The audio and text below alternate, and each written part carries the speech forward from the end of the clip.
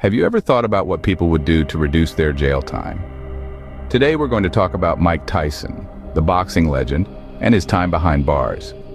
In 1992, Tyson, one of the most fearsome figures in the boxing ring, found himself in a different kind of fight. He was convicted on rape charges and sentenced to 6 years in prison. Just imagine, a man who was used to battling it out in the ring now had to face a different kind of battle within four walls. But here's where it gets interesting. Tyson was staring at a possible 50 years behind bars, a sentence that could have ended his boxing career. But Tyson, being the fighter he is, didn't let that happen. He managed to reduce his jail time significantly. So how did Tyson manage to serve less than half of his sentence? Let's delve into it. Tyson's time in prison was far from ordinary.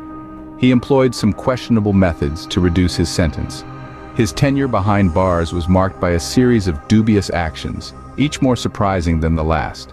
The most notable among these was his sexual relationship with a prison counselor, a liaison that played a significant role in slashing his sentence. It's no secret that prison life can be tough, but Tyson seemed to have found a way to navigate the system to his advantage. His relationship with the prison counselor was not only unprofessional, but it was also against prison regulations.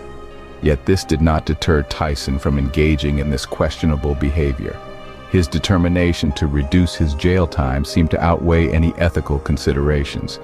However, it wasn't just about the relationship. Tyson's actions were a strategic maneuver, a bold play in a game where the stakes were high. His unconventional method of sentence reduction was a testament to his resilience and will to continue his boxing career. But one has to wonder at what cost. The implications of his actions were far-reaching, affecting not only his life, but also the lives of those around him. His actions raised questions about the prison system and its vulnerabilities, and more importantly, about the lengths some people are willing to go to circumvent justice. While most prisoners are counting days, Tyson was finding ways to make the days count less. Tyson's actions in prison were controversial, to say the least, but they led to his early release. The Iron Mike, sentenced to 6 years, found himself out in less than half of that time. His return to the ring was as anticipated as it was contentious, a testament to his larger-than-life persona that remained undeterred despite the shadows of the past. Upon his release, Tyson wasted no time in lacing up his gloves again. He returned to boxing, a world that seemed to have been waiting for him with bated breath. His career post-prison was as turbulent as ever, filled with victories and defeats, comebacks and controversies, but it was a career that continued nonetheless. However, the circumstances of his sentence reduction raised more than a few eyebrows.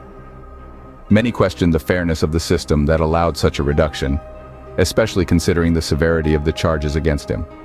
The controversy surrounding Tyson's early release was as much a part of his story as his boxing prowess. His time in prison and the actions he took to reduce his sentence were, undoubtedly, a dark chapter in his life. Yet they also showcased a side of Tyson that was willing to do whatever it took to get back to the ring. Despite the controversy, his determination and resourcefulness were undeniable. Mike Tyson's prison stint is a testament to his determination, resourcefulness, and perhaps a system that may not always work as it should.